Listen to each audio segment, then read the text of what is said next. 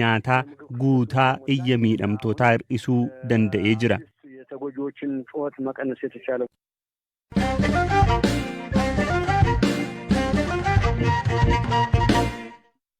mootummaan Itoophiyaa ibsa gamtaan Awurooppaa waraana kaaba Itoophiyaatti adeemaa jiruun wal qabatee baase balaaleffate.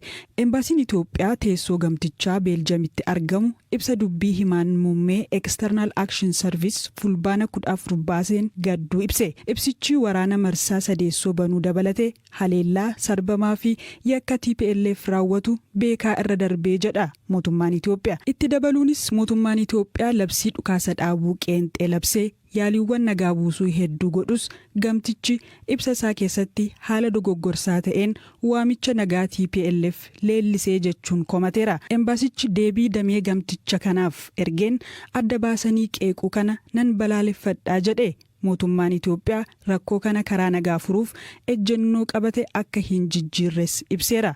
Muummeen External Action Services ibsa roobii baaseen haleellaawwan diroonii kaleessa roobii fulbaana 14 magaala Maqaleetti raawwataman adeemsa marii nageenyaa ni gufachiisuu jedheera. Waamicha dhukaasa dhaabuu fi marii gamtaa Afrikaa irratti hirmaachuu TPLF dhiyeesse tarkaanfii gaarii jechuun simate. Ofii waraanni akka haaraatti deebi'ee hammaate akkamiin xumurama? Dhiibbaan hawaasa idila addunyaa furmaata fiduu danda'a. Dhaabbata biyyoota gamtoomanii keessatti waggoota hedduuf dippiloomatummaan tajaajilaa kan turan ogeessi seeraa obbo Baayisaa Waaqoyyaa yaada isaanii BBCf qoodaniiru. Waraanni irra deebi'ee dhalachuu hin mallee jedhu. Galaanaa Balaayitu dubbise.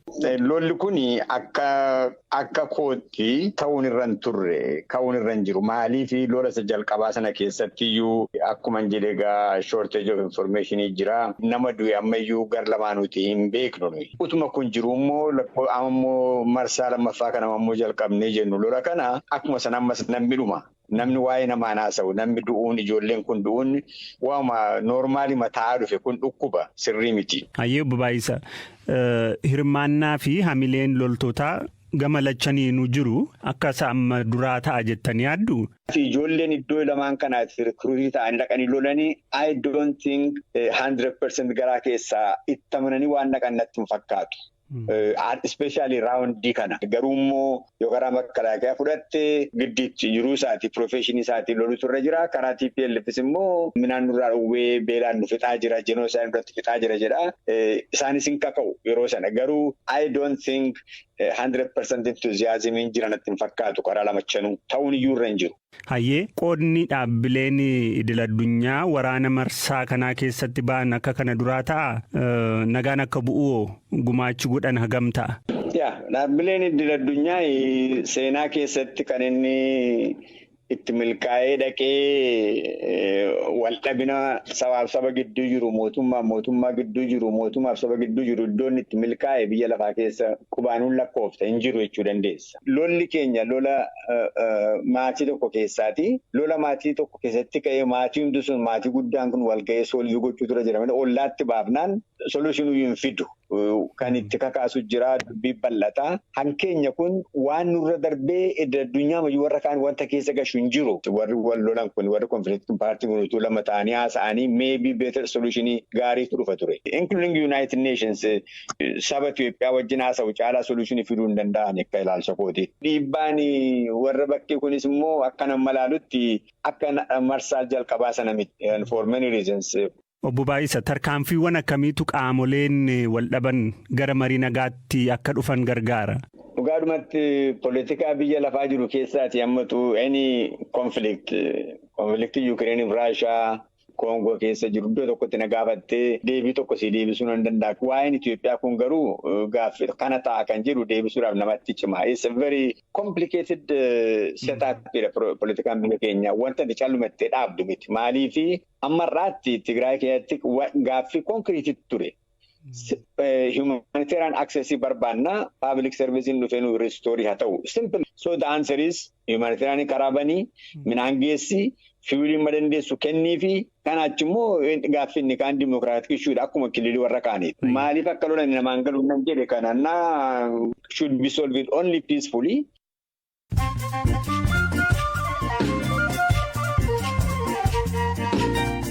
Odeessaalee gaggabaaboon isinitti hima. Ameerikaatti shamarreen nama ishee gudeedee waraantee ajjeeste tokko irratti hidhaa waggaa 5 murteessu manni murtii bulchiinsa Aayowaa beeksise.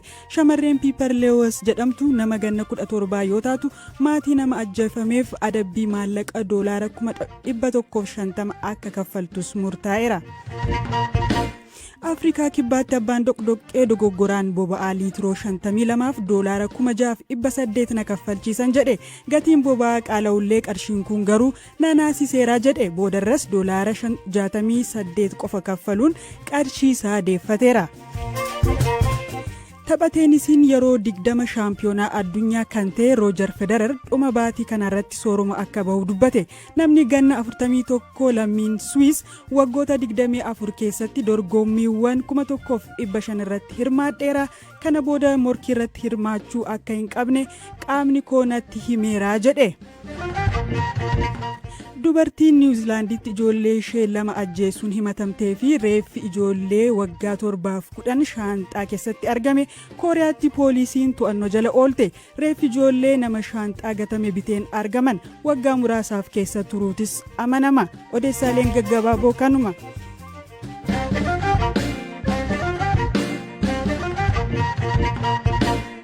Odeessa dhumaan ministeerri muummee Itoophiyaa Abiyyi Ahmad badhaasa looreetii faayinaansii Global Islamic kan 2022 kaleessa Jibuutiitti fudhataniiru. Badhaasni kun hojii ministeerri muummee Abiyyi haaromsa damee faayinaansii keessatti fidaniif akka kenname waajjirri ministeera muummee fuula tiwiitarii isaarratti maxxanse.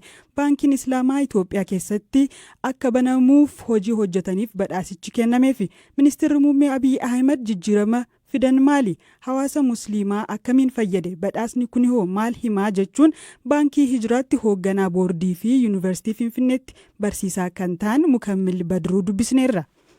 Waggaa 10 dura uummanni kun gaafachaa ture baankiin Islaamic baankiin gara hojiitti akka seenu. Garummoo yeroo sanitti sodaan ture.